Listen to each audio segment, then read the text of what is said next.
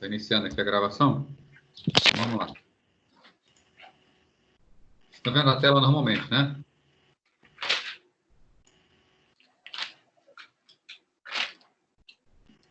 Beleza. Bom, vou começar a ver então a parte de gerência de memória aqui. Nessa primeira aula aqui, a gente vai ver uma parte mais, vamos falar assim, mais antiga de gerência de memória. Não é ainda o que acontece na realidade, né? Hoje, a gente tem nos sistemas operacionais, que a gente vai ver a partir da próxima aula. Nós temos segmentação junto com paginação. Então, hoje nós vamos ver técnica de swap, que é a base para paginação, então a gente não vai estar estudando à toa, né? Na verdade, é toda uma evolução. Então, para entender bem os conceitos que a gente tem de memória hoje, é preciso passar por essa parte mais antiga, por essa parte histórica, né?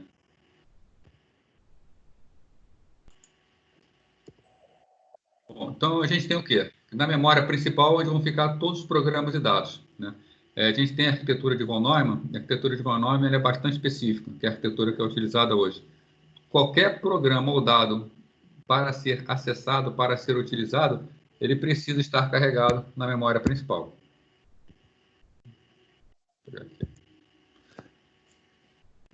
Então, na gerência de memória, a gente vai trabalhar como esse dado vai estar carregado na memória.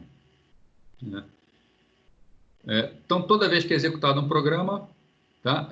Ele tem que ser carregado da memória secundária para a memória principal, né? Então, o programa está na memória secundária. Quando ele virar um processo, ele vai para onde? Ele vai lá para a memória principal, onde ele vai poder ter seus dados acessados, né? E o gerenciador de memória é a parte, né, do sistema operacional que vai gerenciar essa hierarquia de memória, né? Ele é que é encarregado de alocar memória para os processos, relocar os processos de memória, abrir espaço, tá, para processos, né? Então, ele controla toda a memória que está em uso, não só controla aquela que está em uso, mas também a que está disponível para ser acessada. É comum o programa solicitar mais memória, tá? E a partir desse momento que ele solicita a memória, ele é o gerenciador de memória que vai permitir ou não essa alocação de memória, né? E também gerenciar a troca entre a memória principal e o disco, né? Isso aqui é uma parte importante, né? Gerenciar a troca entre memória principal e disco. Ou seja, sempre que um processo necessitar sair da memória e ir para o disco por alguma razão, que a gente vai ver adiante quais são as razões que são necessárias, é ele quem faz essa tarefa, o gerenciador de memória. Também é importante falar sobre atribuição de endereço. Bom, para ser executado o programa, então, ele vai virar um processo de memória. Temos memória, né? E dentro da memória teremos um processo carregado.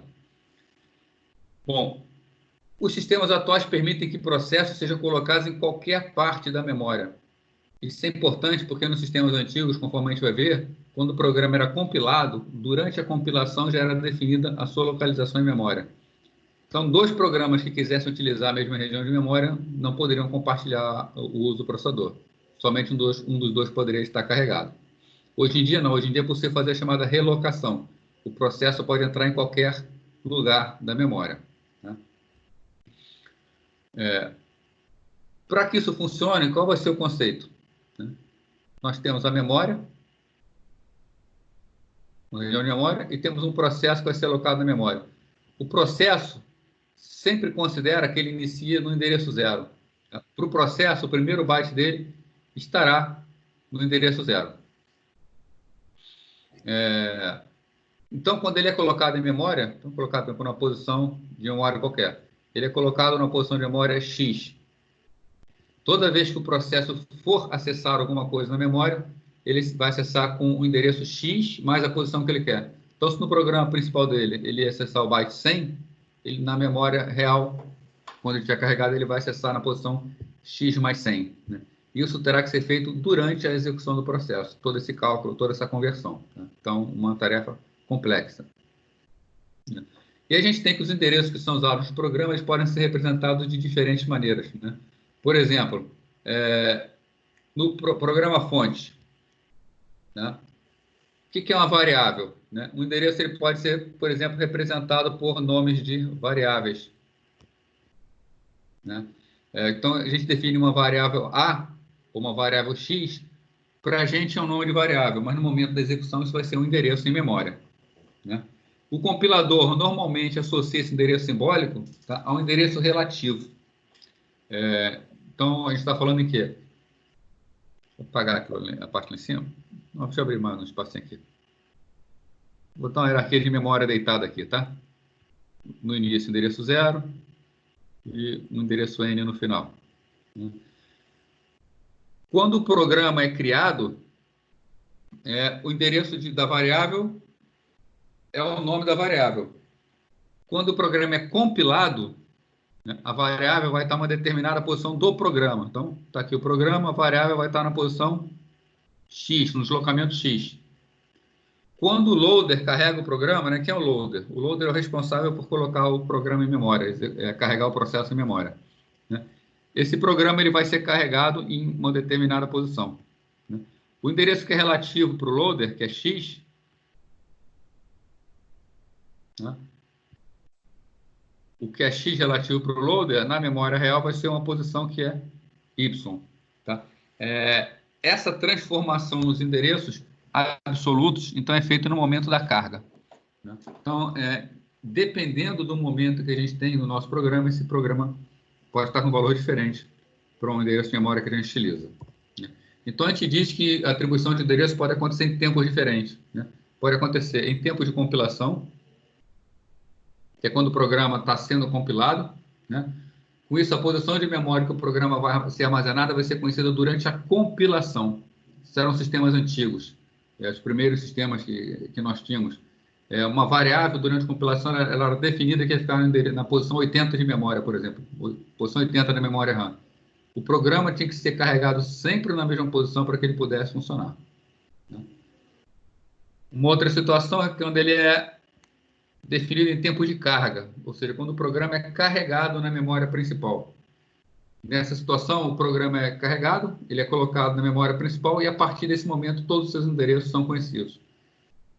Fica melhor, porque aí o programa pode ser carregado em qualquer lugar da memória, mas existe também um problema aí, que o programa não pode ser relocado, ele não pode sair de uma posição para assumir outra. E a gente vai ver que é interessante essa relocação, que às vezes o programa, ou melhor, o processo, né, o programa de execução, o processo necessitará estar em outra posição de memória. Ou pode acontecer como é nos sistemas modernos, em tempo de execução. Ou seja, no momento da execução da instrução, no momento do acesso à variável, seja lá o que for, é que vai ser definido o endereço daquela variável, né?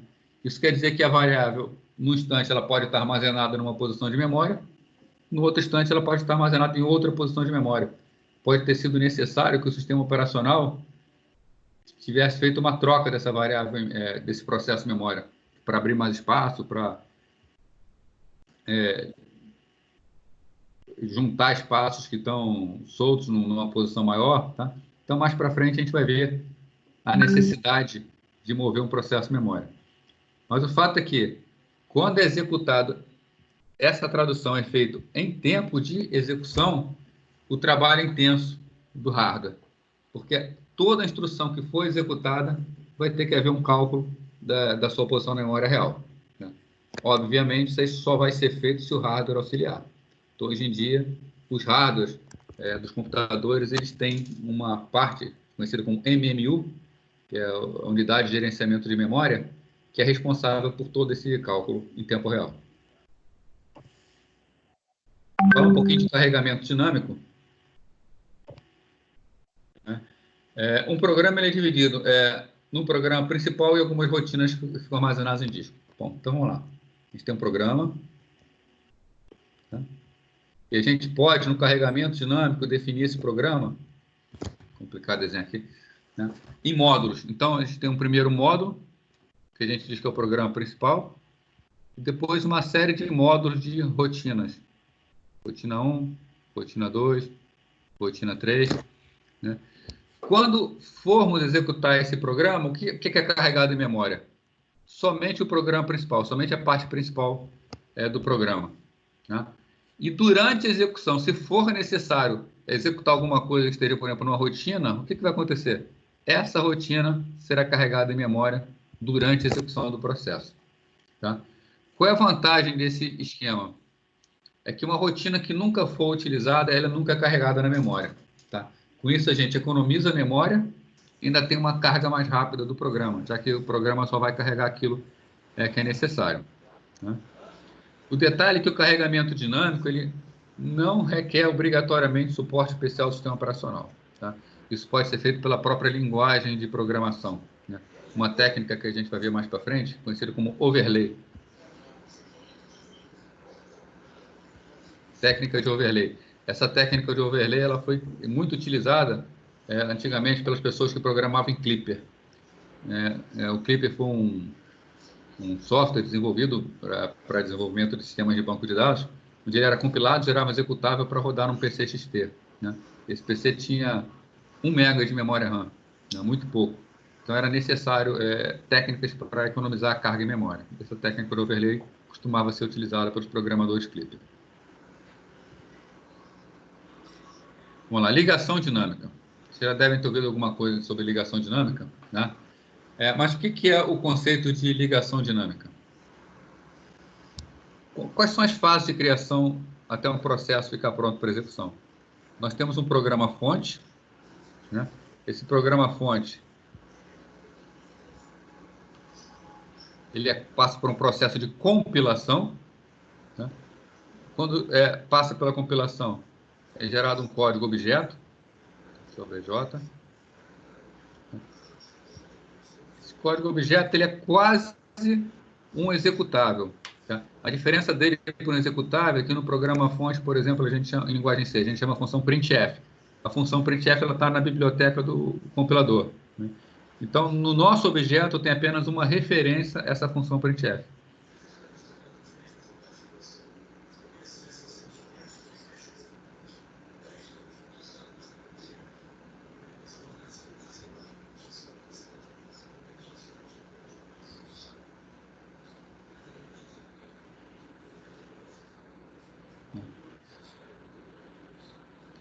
Acho que eu tive um probleminha aqui, mas já voltou.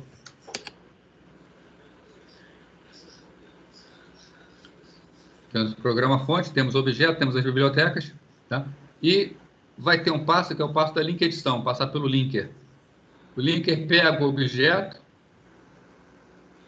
junta com as funções de biblioteca, aí sim, quando junta tudo, temos o código executável. Então, todo um processo até chegar no código executável. O que é ligação dinâmica? Assim como existem funções da linguagem que estão na biblioteca, os sistemas operacionais atuais, eles têm também funções. Os sistemas operacionais atuais eles têm determinadas funções que estão que estão no sistema operacional, que não ficam dentro do programa executável. Né? Então, esse executável, no momento que ele vai ser carregado na memória, para ser executado como um processo, durante a sua execução, ele pode necessitar de algumas funções que não estão carregadas nele. Então, existem bibliotecas do sistema operacional que serão incorporadas ao processo durante a execução. Isso é o que a gente chama de ligação dinâmica.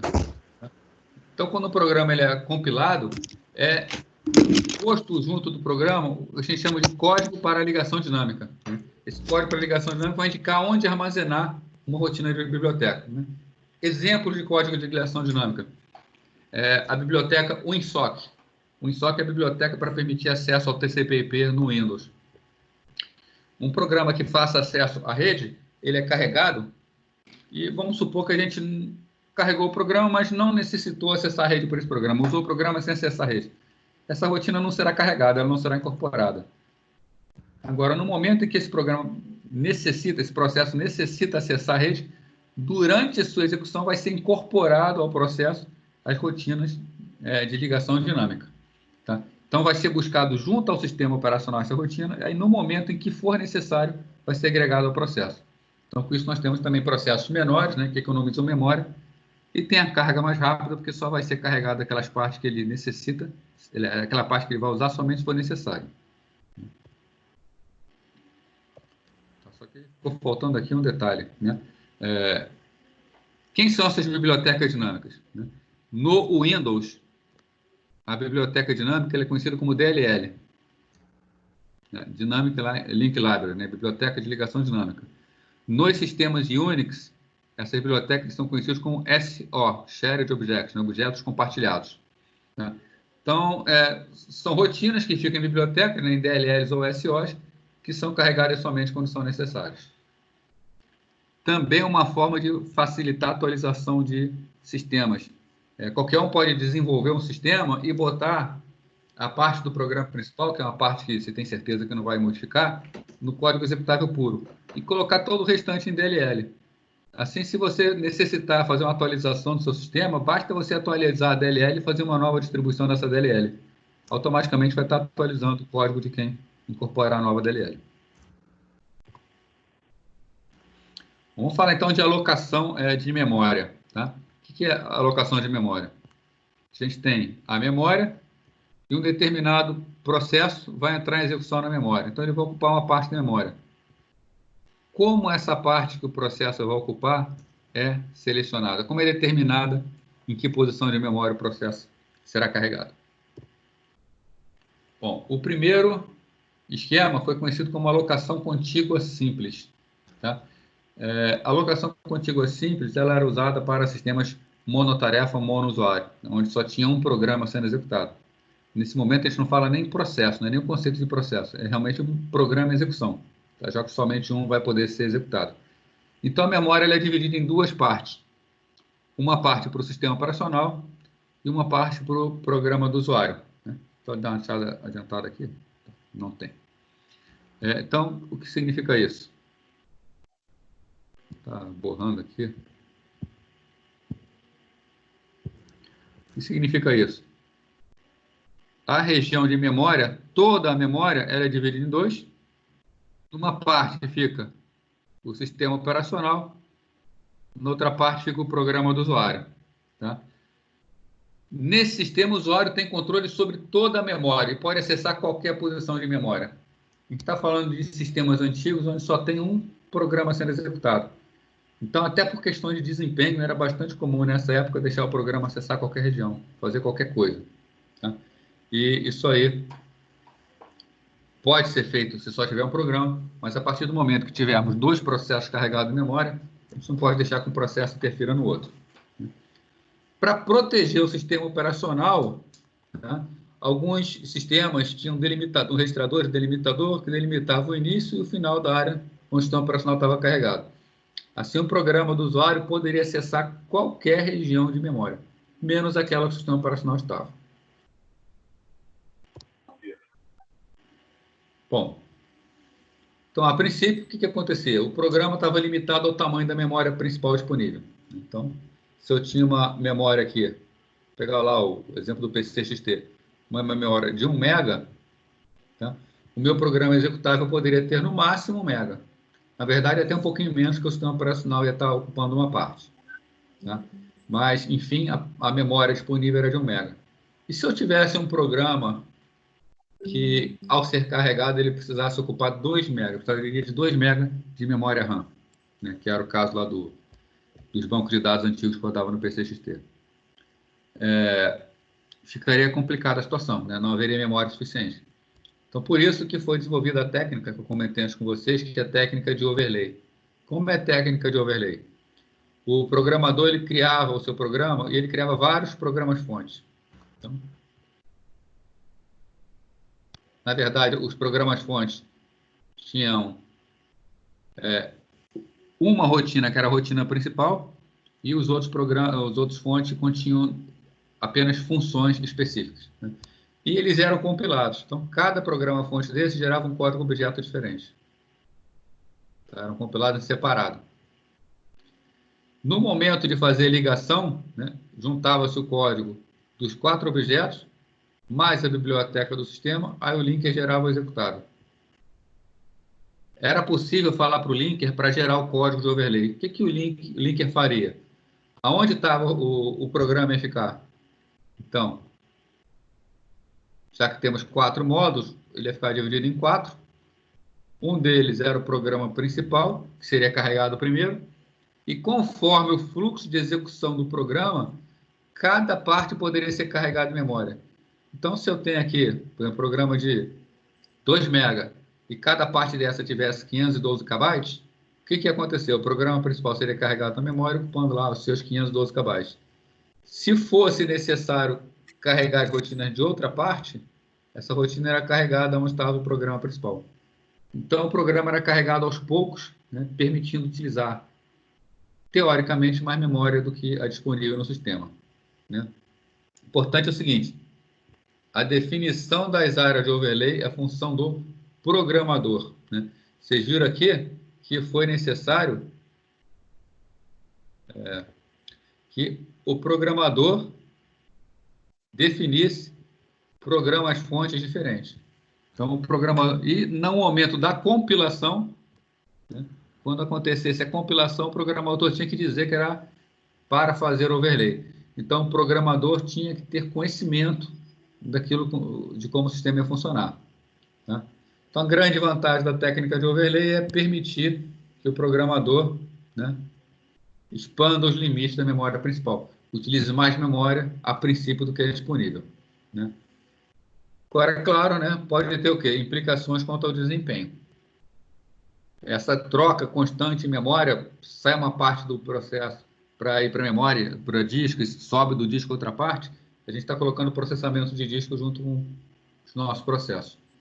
Isso aí é um grande complicador e traz realmente questões sérias de desempenho. Bom, aquela foi a alocação, né, simples. Agora, na alocação particionada, né? O que é alocação particionada? É quando eu posso criar várias partições em memória e colocar em cada uma dessas partições um processo diferente. Então, nesse momento, eu já posso ter vários processos concorrendo pela utilização do OCP. Né? Então, nos sistemas monoprogramáveis, o que acontecia? O processador ficava ocioso e a memória acabava sendo subutilizada. Né? Então, na multiprogramação, que é o que nós desejamos, para que ela seja eficiente, é necessário o quê? Que vários programas possam estar na memória ao mesmo tempo, né? Concorrendo pelo OCP. Então, o primeiro esquema de alocação particionada foi chamado de alocação particionada estática, tá? Onde a memória é dividida em partes de tamanho fixo. Né? Esse tamanho era estabelecido no momento da inicialização do sistema operacional. Então, o sistema operacional era configurado com a quantidade de partições e o tamanho de cada uma delas, a sua posição de memória, tá? E uma vez sendo inicializado, estava definido as suas posições, tudo certinho. Né? Qual era o problema disso?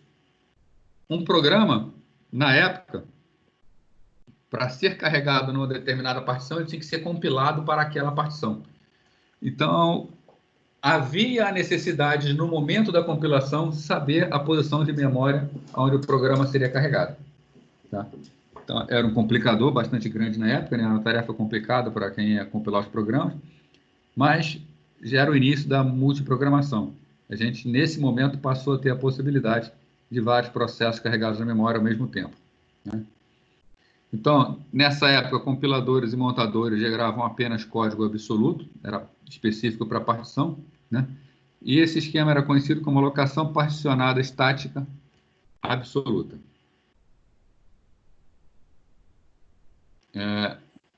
Com a evolução dos compiladores, linkers e loaders, né, que são quem gera o programa, gera objetos, gera o programa e carrega em memória. Então, teve uma grande evolução e conseguimos, a partir de um determinado momento, fazer o que chama de código relocável. Né? O que é o código relocável? É um código que ele pode ser carregado em qualquer posição de memória. Não é necessário definir os endereços no momento da compilação. Tá? Então, a gente passa a ter, em vez da alocação particionada estática, a gente passa a ter a alocação particionada estática relocável. Tá? O endereço base é determinado durante o carregamento do programa. Então, nós temos aqui sistema operacional carregado na região de memória e vamos carregar uma partição para o programa ser executado. Né? Existe o endereço inicial do programa, o endereço final do programa. Ele pode estar em qualquer posição de memória. Ele pode ser carregado em qualquer posição de memória. Né? Tranquilo, irmão. Eu pretendo terminar hoje ou amanhã esse trabalho de PO. para fazer esse banco de dados. Aí.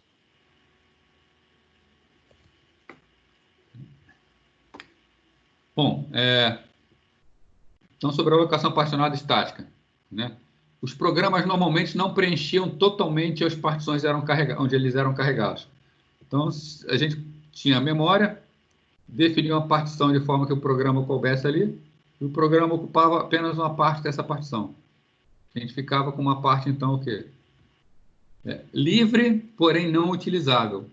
Tá? Não poderia ser utilizada por nenhum outro processo, já que aquela partição já tinha um processo dentro dela. Tá? Além disso, se o programa for maior que qualquer partição, não vai poder ser carregado. Né? Então, temos a memória, vamos lá, dividimos a memória em duas partições. Quero carregar um programa que é um pouco maior do que o tamanho das partições. Não tem como ser carregado. Né? Precisa reiniciar o sistema com uma partição maior para que ele possa ser carregado. Né? Esse problema aqui, né, onde nós temos uma região sobrando de memória que não pode ser utilizada, é conhecido como fragmentação interna. Tá? Nós estamos perdendo memória por uma questão de fragmentação.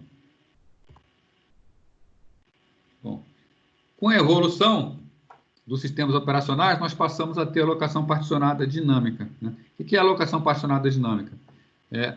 As partições elas não são definidas na inicialização do sistema. Nós podemos criar partições durante a execução do sistema operacional. Então, a gente pode criar uma partição nova, pode eliminar uma partição, nós podemos ainda mudar o tamanho de uma partição. Né? Então, basicamente, é a seguinte situação. Nós partimos de uma situação inicial, onde temos 12 MB de memória, e a memória está toda livre, né? A menos do sistema operacional que está carregado. Né? Então, a gente precisa alocar espaço para o processo A. O processo A vai precisar de 2 MB de memória. A gente cria uma partição de 2 MB e carrega o processo A nessa partição. Né? Depois, o processo B vai ter uma partição de 3 MB. Então, beleza. Cria uma partição de 3 MB e aloca o processo B. Né? Não fica nenhum espaço entre a partição do processo A e a partição do processo B. Né? Então, como não tem nenhum espaço sobrando, não estamos tendo, nesse momento, a fragmentação. Né? Então, o processo C, 4 MB, processo D, 2 MB, então ficou sobrando 1 MB lá no final. Né? Então, a partição é criada de acordo com a necessidade do processo. Tá? Quando é que vai ocorrer a fragmentação? Quando os programas forem terminando e deixando espaço em memória. Né? Então, vamos ver um exemplo aqui. Temos aqui a memória, aí o primeiro processo é carregado em memória, ocupou um determinado espaço. Aí vem um segundo processo é carregado em memória, por espaço dele. Né? Um terceiro processo é carregado, também ocupou um espaço. Então, por enquanto, está tudo justo. Aí acontece, de repente, do segundo processo terminar a sua execução. Então, a gente vai e elimina o processo. Terminou. Tá? Um novo processo vai necessitar utilizar o sistema, então ele é carregado, só que ele é menor do que o processo que saiu. Né? O que aconteceu? Nós temos aqui uma região que não está fragmentada. Né? Se surgir um processo pequenininho que caiba ali, beleza, ele é colocado ali. Agora, se o próximo processo for um pouco maior, o que vai acontecer? Né? Ele vai ser carregado numa outra região. Né? Aí o primeiro processo de todos terminou a execução. Então, a gente vai lá e elimina o processo. Um novo processo é carregado, menor que o espaço necessário. O que aconteceu? Mais uma região de fragmentação. Opa, eu peguei errado aqui. Mais uma região de fragmentação. Então, conforme os processos vão sendo executados, podem surgir no sistema várias regiões de memória que não podem ser utilizadas, ou melhor, podem ser utilizadas por processos pequenos, né? Mas se de repente eu tenho um processo um pouquinho maior, né? Por exemplo, um processo que necessitasse de uma região desse tamanho aqui, a memória total disponível, se somar todas as áreas fragmentadas, seria suficiente para acomodar esse processo.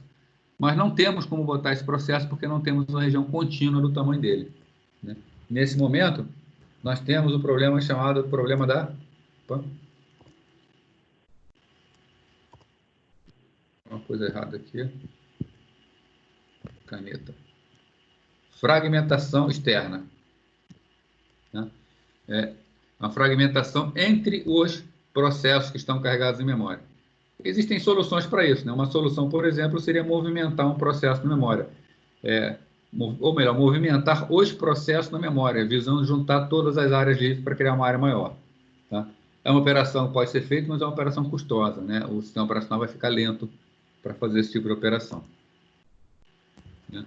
Então, detetada a fragmentação, né? O que eu acabei de falar para vocês, os espaços adjacentes podem ser reunidos. Né? Para isso, nós dizemos que estamos fazendo a relocação, então o nome é relocação, de todas as partições ocupadas. Né? Ou seja, está pegando um processo que está entre espaços que estão sobrando, move esse processo na memória para juntar regiões livres. Né? É um mecanismo conhecido como compactação de memória. Né? A compactação de memória não é a mesma coisa que compactação ou compressão de arquivo, que visa fazer ficar menor. Nada disso. Nesse caso, a compactação de memória é só juntar tudo que está sendo utilizado para, no outro lado, juntar os espaços livres. Né? Então, nós temos a chamada alocação dinâmica com relocação. Né? Esse problema reduz o problema da fragmentação. Né? Agora, a complexidade e o consumo de recursos, às vezes, pode tornar inviável. Nos sistemas antigos, onde todo o processamento era muito lento, tá? Era praticamente inviável fazer esse tipo de coisa. Bom, e como é que a gente escolhe a partição para colocar um processo? Né? Vamos supor que aqui está a memória.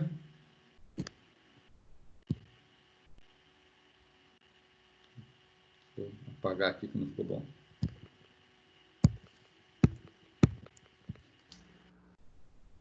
O sistema está um pouco lento. Na verdade, fechou o PowerPoint, não tem problema.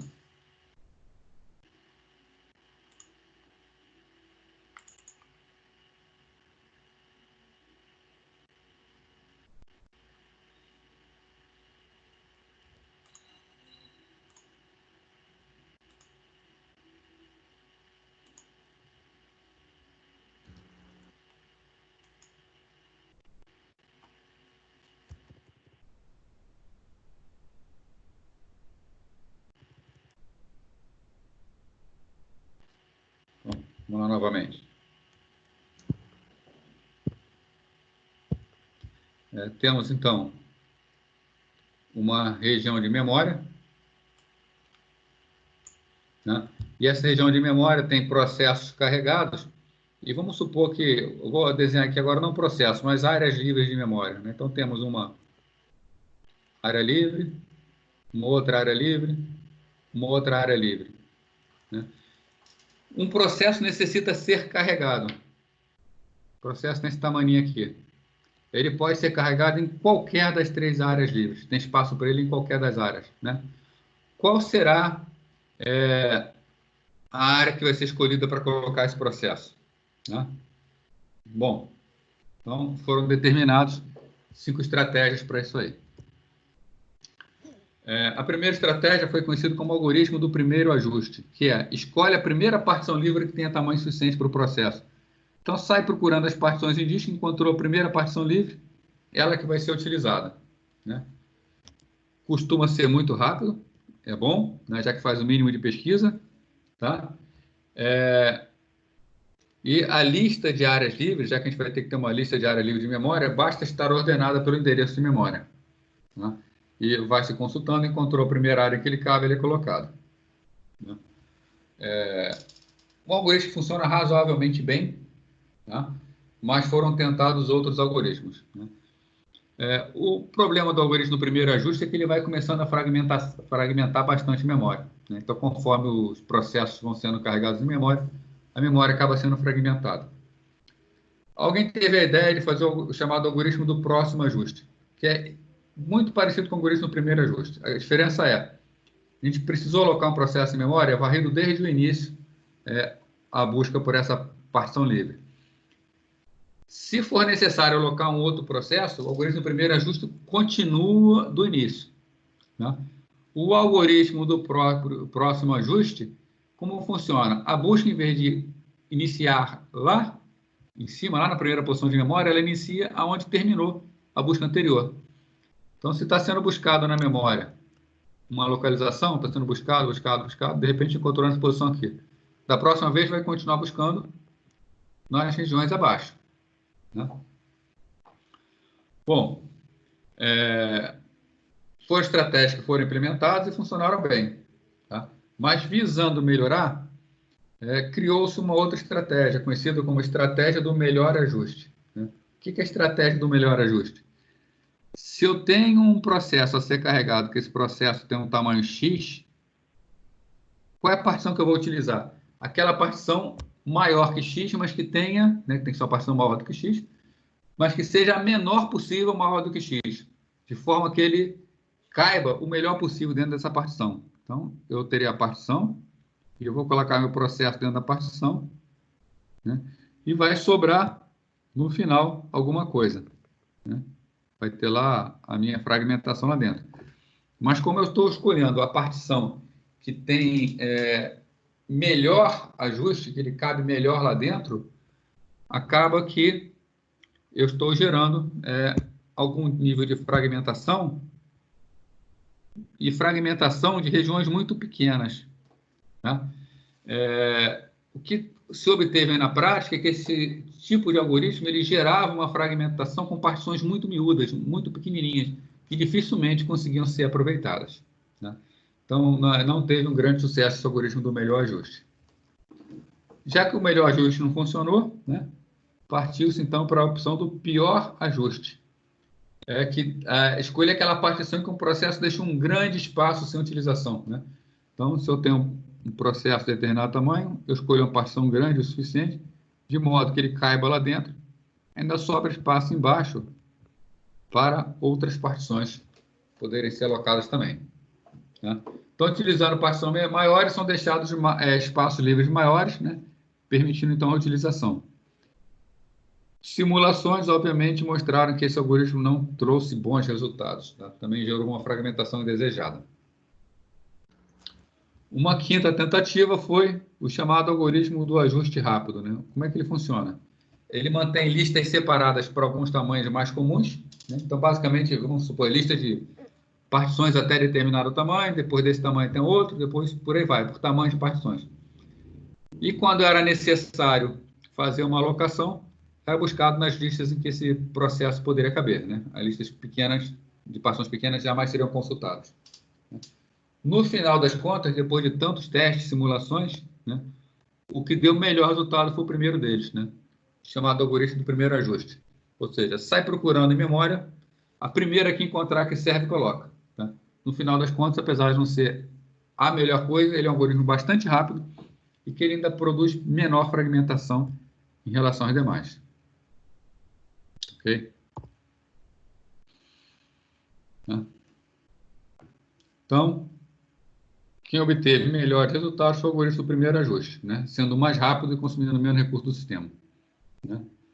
Outro aspecto levado em conta é que os processos podem crescer, né? Na prática, um determinado processo, durante sua execução, ele pode alocar na memória. Então, é interessante também ter um certo grau de liberdade abaixo desse processo para que ele possa fazer mais alocação de memória. Bom, por fim, a técnica de swapping, né? A gente viu o overlay, né? O que era o overlay?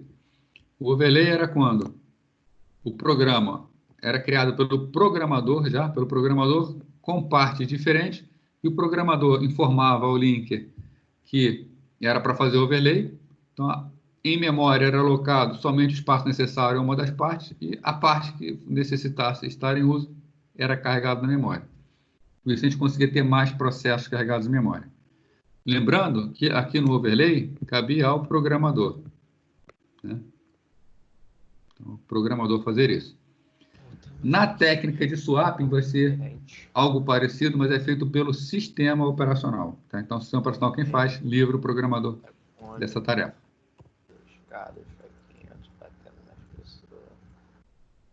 Bom, então aqui muitas vezes um programa não podia ser executado por falta de uma partição livre disponível, tá?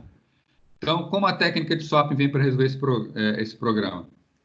O que acontecia nos esquemas anteriores? O processo permanecia na memória principal até o final da execução. Então, a ideia, e se a gente puder tirar esse processo um pouco para dar vez ao outro? Tá? Então, no swap, um sistema vai escolher um processo que é levado da memória para o disco e ele retorna posteriormente. Então, tendo a memória, nós teremos o disco como auxiliar. Então, temos aqui, por exemplo, 1, 2, 3, 4 processos em memória. Né? Se for necessário entrar um quinto processo, não tem espaço para ele. A técnica de swapping fala o seguinte: esse processo, um dos processos, vai sofrer o chamado swap out. Ele sai da memória e vai para o disco. E no lugar dele é carregado o processo que necessita ser carregado. Então, esse processo vai descansar um pouquinho no disco, vai ficar um tempo sem ser executado. Porém, no futuro, ele tem que voltar à execução. Para ele voltar à execução, alguém tem que sair. Então, um outro processo sai da memória, vai para o disco para dar o lugar, é feito outro swap out, e aquele processo que estava em disco entra no lugar dele na memória. Faz o chamado swap in. Então, a gente tem swap out, que é sair da memória, e swap in, que é voltar para a memória. Tá? É uma técnica que vai ser utilizada quando a memória já está esgotada e nós precisamos colocar mais processos em execução. Tá? Obviamente, também é uma técnica que provoca queda de desempenho no sistema, já que vai ter que ficar trocando processos entre memória e disco. Isso é bastante custoso em termos de processamento. Né? Os processos que vão para disco, eles também ficam um bom tempo sem executar. Então, esses processos vão ser penalizados em termos de utilização de processador. Né? Então, uma técnica que, vamos dizer, não é a melhor solução, mas que resolve, eu pelo menos resolvia no passado, o problema de falta de memória. Hoje em dia, a gente vai ter uma técnica com uma evolução do swap, que é chamada paginação. Tá? Mas na próxima aula a gente vai ver exatamente como funciona a paginação. Então, um dos problemas gerados pelo swap é a chamada relocação de processo. O processo, voltar para aquela anterior, esse primeiro processo, ele foi para o disco e depois voltou para a memória numa outra posição. Se ele voltou numa outra posição, a gente diz que ele foi relocado. Ele foi tirado de uma posição e colocado em outra. Então, é necessário que a relocação seja realizada pelo loader a cada carregamento. Então, toda vez que o processo é trocado de sua posição na memória, o loader tem que fazer um mapeamento, tem que varrer todo o processo, ver os endereços de memória que ele utiliza e recalcular todos eles. A relocação dinâmica é realizada por intermédio de um registrador especial chamado registrador de relocação. Como ele funciona para simplificar a vida do processo. Então, voltando novamente para a tela anterior. Todo processo, quando a gente tem um esquema de relocação, ele começa no endereço 0. Então, a primeira instrução está no endereço 0, a segunda no endereço 1, depois no endereço 2. Quando o processo é carregado em memória, associado a ele tem um registrador de relocação. Se ele foi carregado, por exemplo, na posição Y de memória, o registrador de relocação tem o endereço Y. Assim, se o processo precisar acessar a posição de memória 2, para o processo é a posição 2. Mas quando for solicitado ao microprocessador essa posição 2, o microprocessador vai pegar o registrador de relocação, que é Y, e vai fazer o quê? Já que é a posição 2, ele vai pegar Y mais 2. Então, o processo pede a posição 2. Na memória mesmo, vai na posição Y mais 2. Aí consegue acessar a posição de memória que o processo quer utilizar. Então, na prática, no lugar de se ficar a todo instante mudando os endereços dentro do processo, o que se faz é ter um registrador de apoio, um registrador especial, e esse novo endereço é calculado com base nesse registrador. Esse registrador tem o nome de registrador de relocação. Faz parte do hardware isso. Bom, quando o swap cria muitas lacunas, a gente pode ganhar espaço movendo os processos, fazendo a compactação de memória. Na verdade, a gente não vai nem precisar, o sistema operacional não vai nem precisar ficar movendo isso aí. O próprio swap, ele vai ter um algoritmo que, cada vez que ele levar um processo para o disco e trouxer de volta, ele já vai tentar fazer isso de maneira a otimizar, juntar os espaços perdidos de memória. né? Essa compactação ela costuma ser evitada de ser feita a qualquer momento, porque toma muito tempo da OCP, né? Mas se executado durante o processo swap out, swap in, funciona bem, né? Por fim, se o processo precisar alocar memória e existir uma lacuna entre ele e o processo adjacente, né, será alocado espaço dessa memória. Então, temos a memória, temos o primeiro processo, temos o segundo processo.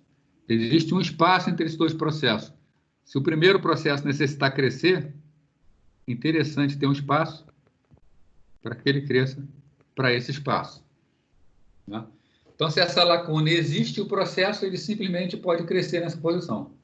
Agora, se ela não existe, se não existe esse espaço para esse processo, né, esse processo vai ter que esperar ter um espaço, ou ele vai precisar ser movido na memória, ou vai precisar ser eliminado. Obviamente, como um processo não vai poder ficar nem esperando, nem ser eliminado à toa, o que se fazia era mover o processo na memória. É uma operação delicada, complicada, toma bastante tempo e o sistema acaba ficando lento, tá? Mas é o que dá para ser feito.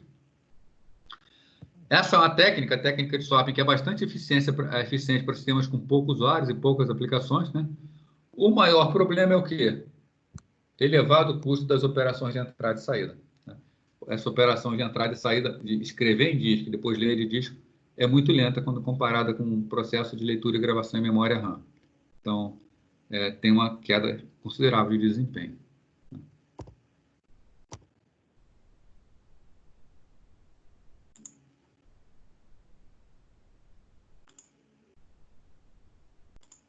Já estão me vendo de volta aí?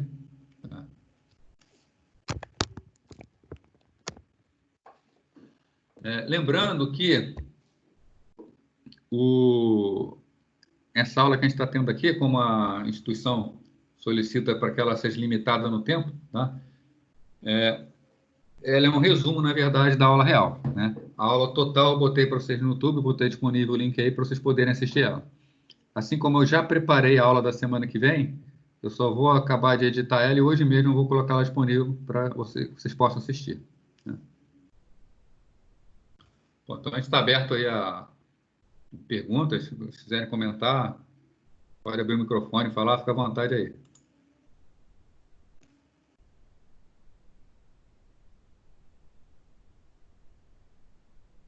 Ninguém quer se manifestar? Todo mundo está tranquilo?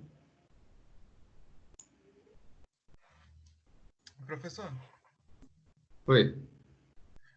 Você estava falando mais cedo que antigamente os programas, quando eram compilados e tinham um endereço de memória fixo, que quando se eles fossem rodar e não tivesse naquele endereço de memória, o programa não funcionava?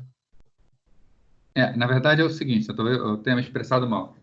Isso acontecia, eu vou dar um exemplo prático para você, por exemplo, em mainframes. Eu, dinossauro da informática, cheguei a trabalhar com um mainframe que era o 4341 da IBM. Ele tinha esse problema, tá? Problema não, né? Isso não é um problema, isso é uma característica. Isso, na época foi muito bom, porque permitia mais de um processo ser carregado na memória ao mesmo tempo, né? Então, é uma situação boa. Comparado com hoje, com a tecnologia, é uma situação ruim, mas na época era boa. O que se tinha era o seguinte, como a gente tinha as partições definidas durante a inicialização do sistema, quando a gente comprava um software, esse software era compilado para o computador que a gente ia utilizar, né? Não é como a gente compra hoje em dia, que vai na prateleira e pega um software. Você apresentava o seu computador, você falava, eu quero que o seu software rode nesse computador, o cara ia lá, definia uma partição para esse software, e te entregava uma fita com esse software compilado para rodar nessa partição que foi criada. Você poderia comprar um outro software que rodasse na mesma partição? Tá? Poderia, sem problema nenhum. O problema é que cada software ele era compilado para a partição específica. Então, se eu tenho o software A e o software B, ambos para a mesma partição, eu não posso executá-los ao mesmo tempo, né? Então, a situação é essa, né? Então, eu estou executando o software A. Se eu quero executar o software B, eu não tenho memória disponível para ele, porque a posição de memória que ele precisa já está ocupada pelo software A, tá? Então, era um problema complexo. Quando se comprava o software, o administrador tinha que saber muito bem quais eram os softwares que poderiam ou não ser utilizados em conjunto, tá? Então, essa que era a questão de não ter a posição de memória disponível, né? Não é que não existisse mais, é que já tinha alguém utilizando, Ok? Certo, entendi.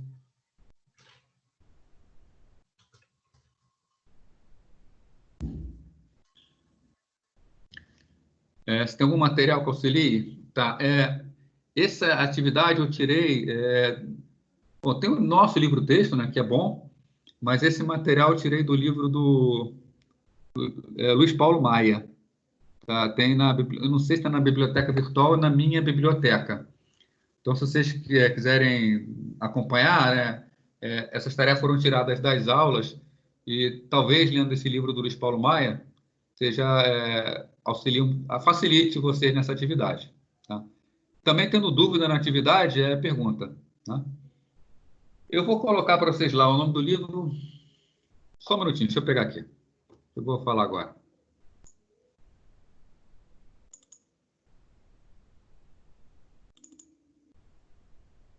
Ele é um dos livros da bibliografia que eu passei para vocês. Se vocês pegaram aquela apostila que eu botei para vocês, deixa eu chegar nela aqui no final.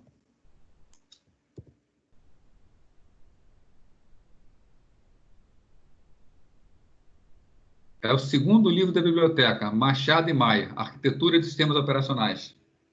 Então, Machado e Maia, Arquitetura de Sistemas Operacionais. É o segundo livro da lista de bibliografia da apostila que eu botei para vocês.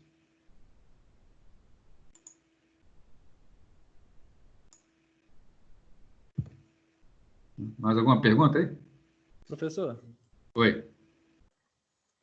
Eu estou com dúvida em relação àqueles parâmetros, se eles são estáticos ou dinâmicos. Tipo, os estáticos, eles meio que vão ser relacionados quando a gente cria o processo lá no emulador, que a gente não pode alterar depois, no momento quando o processo está executando. Aí eu estou um pouco em dúvida em relação a isso, como, por exemplo, a prioridade. A prioridade a gente define quando a gente cria o processo, porém, eu posso alterar essa prioridade quando o processo está executando. Então, eu posso considerar essa prioridade como dinâmica ou não. Eu estou em dúvida em relação a esse ou em relação... como eu defino isso, sabe? Se eu estou com o pensamento certo ou não. Olha, a prioridade especificamente, o ideal até seria que você, se você botasse essa justificativa, se você botasse no trabalho exatamente como você falou, estaria certo. Tá? Mas a questão específica da prioridade que apesar da gente poder mudar, hoje, o que seria a prioridade tática e a prioridade dinâmica? Seria a nível do sistema operacional, falando, né? Nós temos sistemas operacionais que eles mudam a prioridade do processo conforme a execução. Lembra que a gente discutiu o processo CPU-bound e processo IO-bound? Né? Processos CPU-bound são aqueles que usam muito o CP. Então, o que os sistemas operacionais que trabalham por prioridade costumam fazer? Se o processo está usando muito o CP, ele diminui a prioridade do processo. Né? O próprio sistema operacional diminui a prioridade do processo. Já se o processo ele foi pouco escalonado, utilizou pouco o CP recentemente, o próprio sistema operacional eleva a prioridade desse processo para ele ter mais oportunidade. Então, se o sistema operacional está modificando a prioridade do processo, nós dizemos que a prioridade é dinâmica. Né? Já existem outros sistemas operacionais que não modificam a prioridade do processo. A prioridade é sempre a mesma. O usuário pode até ir lá mudar a prioridade do processo, mas é o usuário que está mudando, não é o sistema operacional. Né? Então, nesse caso, a gente não considera que seja dinâmica, né? Porque não é o sistema que está mudando. Obrigado. Né?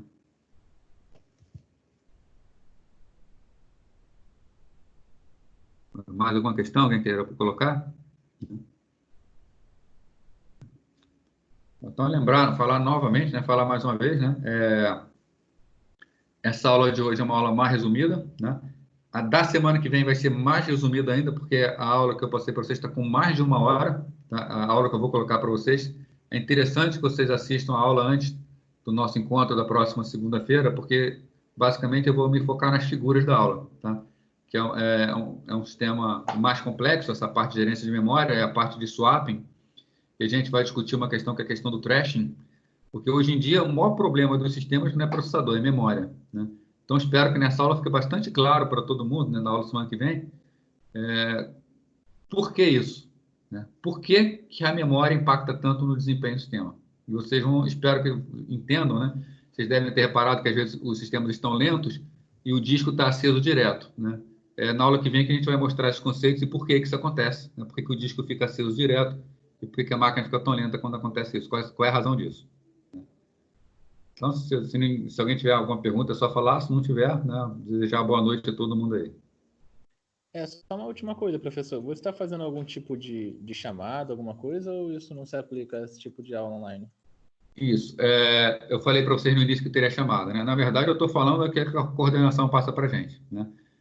Não vai ser feita a chamada. O que vai acontecer é que quem entregar as tarefas todas vai ter 100% de presença. E quem não entregar as tarefas vai receber um percentual lá que vai ser definido ainda, que vai ficar reprovado tanto por falta quanto por nota por falta de entrega de tarefa, né? Mas entregou a tarefa, entregou as 3 tarefas, por enquanto tem 2 só, né? Se houver a terceira tarefa, entregou todas, está com 100% de presença. Ok? Obrigado. Então, qualquer coisa, então, a gente está aqui. Pode colocar dúvida lá no fórum de dúvidas também. E assim que essa aula estiver disponível também, que a gente fez a gravação, eu vou colocar conforme eu tenho colocado as outras. Tanto no ambiente virtual, quanto lá naquele site que eu coloquei para vocês, onde fica mais arrumadinho, mais organizado, né? Boa noite para todos. Tá? Até o próximo encontro.